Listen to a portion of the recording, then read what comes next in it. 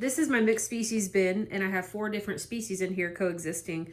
And I just fed this side. I sifted out a whole bunch of castings and I reset it, added some fresh bedding, and I just wanted to take a peek in here and see how things are doing. So right here, this is an African nightcrawler.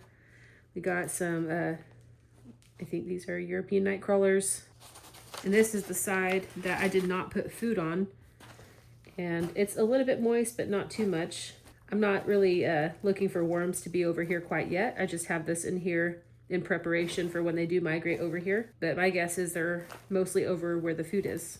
So I'm just aerating this and fluffing it up. I like to do this to reintroduce oxygen. So nothing goes anaerobic, although this is pretty, it's not super wet anyway, but just out of habit, I do this. I guess we do have a couple worms over here that are hanging out. They do like this moisture under the bubble wrap between the paper, and that's fine because there's airflow. Here's a little baby worm right here, and here's a worm on top. Let's go ahead and peel back this newspaper and see what's going on. So we've got a couple worms on top, and I'm just gonna dig through this, and I fed a whole bunch of lettuce, and here's a grape I fed, so they didn't finish that yet. That's fine. It's only been a few days. Well, they haven't even finished the lettuce, and that's fine. So I'm checking this sooner than I usually do just to kind of get a peek at what they're doing. So you can see how they're moving right into this. This lettuce was previously frozen, and so you can see how they're just diving right into it. Probably not wanting me to mess with them too much, but just to show how the microbes have colonized on this, and they will eat the microbes and then turn this all into worm castings. So I'm gonna put this right here for now. Kind of see if there are any more in here. So yeah. Here's you can see tons of worms in here. This is a great sign. And you know, this was just a starter colony of this species, or this 4 species bin. So I didn't have a ton of worms, but it was enough to get started. And you can see how there are plenty of worms in here. So overall, it's looking good. You know, I haven't done much of this avocado skin. That takes a little bit longer. Same with the pit. So we got some European night crawlers over here.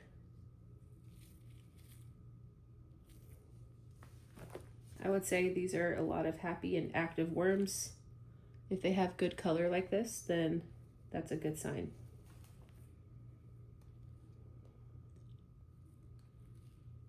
So like I said, I checked this bin sooner than I usually do, and so I'm not going to feed any more. You usually don't feed until all the food is gone, and since this is still here, I think this will be gone in the next few days. So I'm just going to leave it alone and cover it up and let them keep working at it.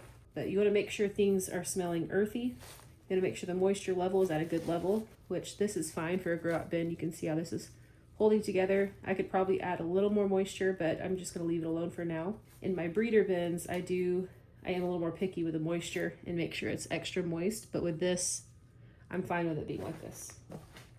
I think I eventually want to pick out a few, at least the African night crawlers, and I kind of want to start starting their own bin so I can grow that population. It's not necessary. You can definitely let worms coexist just like this. But if you are wanting to sell worms, it's important to keep them separate.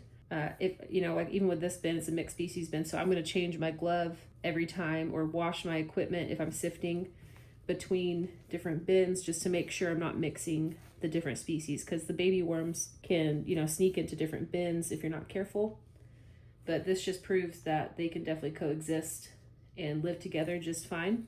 I'm not sure if one species will take over eventually, but so far I'm still seeing a lot of different kinds of worms. So I'm going to cover this back up over here. There are a lot of worms right here. Just throw them back.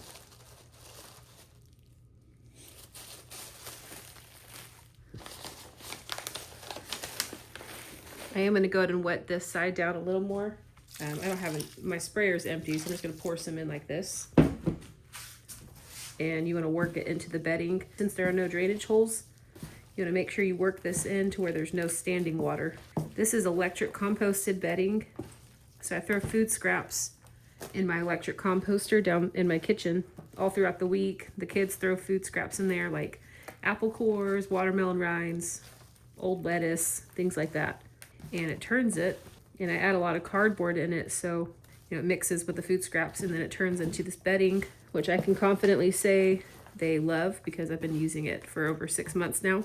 But yeah, there are no worms over here really because they're focusing on the food, but I still want to keep this at a good moisture level in case a few of them do want to come over here, because there are plenty of food scraps in here as well. All right, I would say that's good. You see how there's no standing water, but it's still really moist. You can see some drops coming out. You can see moisture on my glove. So that's the kind of moisture you're looking for. It smells earthy, it's a good moisture level. The worms are active. This is a cherry pit. That's gonna take forever, but that's fine. But yeah, those are the things you're looking for in your worm bin when you do check-ins. And real quick, look how long this African nightcrawler is. So they get really long. They eat through paper and cardboard, I would say faster than the other worms. Look, this is a red wiggler. It's just, they just get massive and they make castings really fast. And if you have a lot of junk mail, they'll especially really like eat through all that in cardboard. And it's just, so I think it'd be really fun to start putting these in their own bin and helping them run a breeder bin of this and let them reproduce so I can grow this population. They're all good for different reasons. I will say these are more picky with the temperature. Red wigglers are probably my favorite just because they're the best all around composting worm. And European night crawlers, they're really good fishing worms. These are good for fishing too, but European night crawlers are the best fishing worm and composting worm. So they all, they're all good for different reasons. They all do a great job, but there are just pros and cons to each species.